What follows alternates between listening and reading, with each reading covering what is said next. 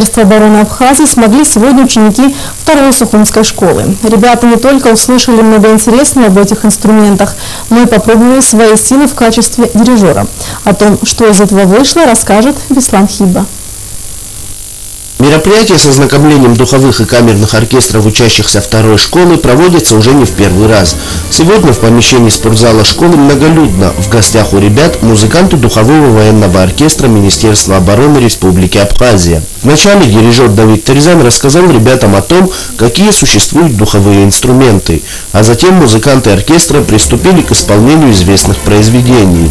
Цель моя была ознакомить детей с духовым оркестром, из каких инструментов духовой оркестр состоит, какую функцию выполняет духовой оркестр, какой репертуар, что такое мелодия, что такое музыка, чтобы дети поближе общались с музыкой. Также ребята из рассказа Давида Терзяна узнали о профессии дирижера. Мало того, учащиеся имели возможность хотя бы на короткое время, взяв дирижерскую палочку, попробовать себя управлять духовым военным оркестром.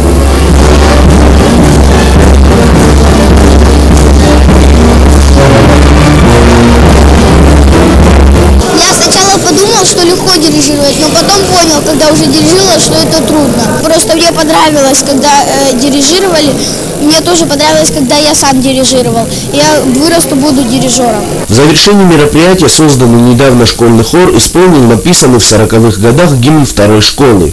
По словам руководителя хора Елены Хагба, проводить такие мероприятия в школе просто необходимо в плане эстетического воспитания. Школьники должны любить музыку, и, быть может, в дальнейшем они свяжут свою жизнь с этим искусством. Считается, что самое важное – это подрастающее поколение, да? Какими будут наши дети, наши внуки, такими будет наше государство. И вот, конечно, я считаю, что для образования правильного становления личности наших детей очень важно их приближать к культуре.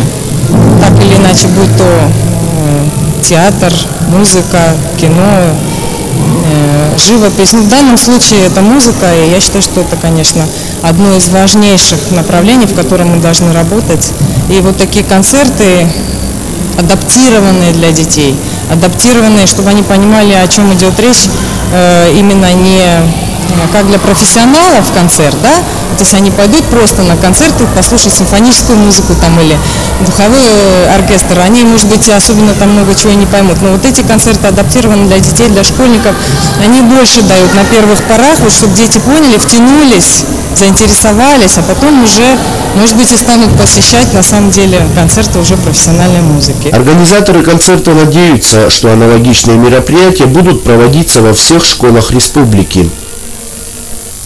Национальный банк Республики Абхазия установил с 28 апреля 2011 года следующий курс иностранных валют к рублю Российской Федерации для целей учета и таможенных платежей на территории Республики Абхазия без обязательств Банка Абхазии покупать или продавать указанные валюты по данному курсу. 1 доллар США 27 рублей 71 копейка, 1 евро 40 рублей 67 копеек. Установленные курсы действуют до следующего объявления. Далее, как обычно, прогноз погоды.